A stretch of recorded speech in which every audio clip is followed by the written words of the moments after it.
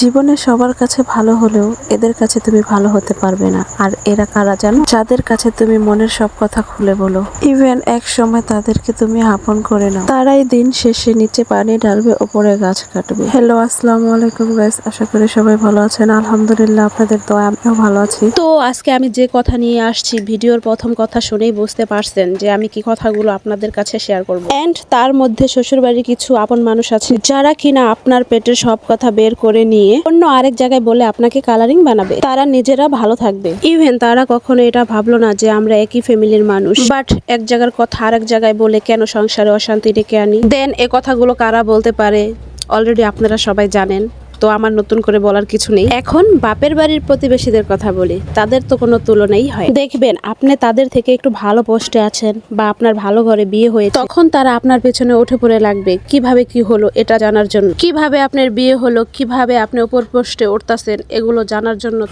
জানার জন্য আপনার পিছনে ঘুরঘুর করবে, কিভাবে কি করলেন। আপনিও তখন তাদের কাছে সবকিছু শেয়ার করলেন কিভাবে কি করলেন, আর সেই কথাগুলোর ভিতরে যদি অন্যরকম কথা পেয়ে যায় তাহলে তো আপনি ফেঁসে গেলেন, মনে করবেন পুরা এলাকা ছড়িয়ে ছিটিয়ে ফেলেছে। তো এদের কি কোনো কাজ নেই যে মানুষের গীবত নিয়ে থাকে? আল্লাহ তাআলার কাছে সবসময় বলি এদেরকে হেদায়েত দান করুন। তো আজকের ভিডিওটা এই পর্যন্তই থাকবে।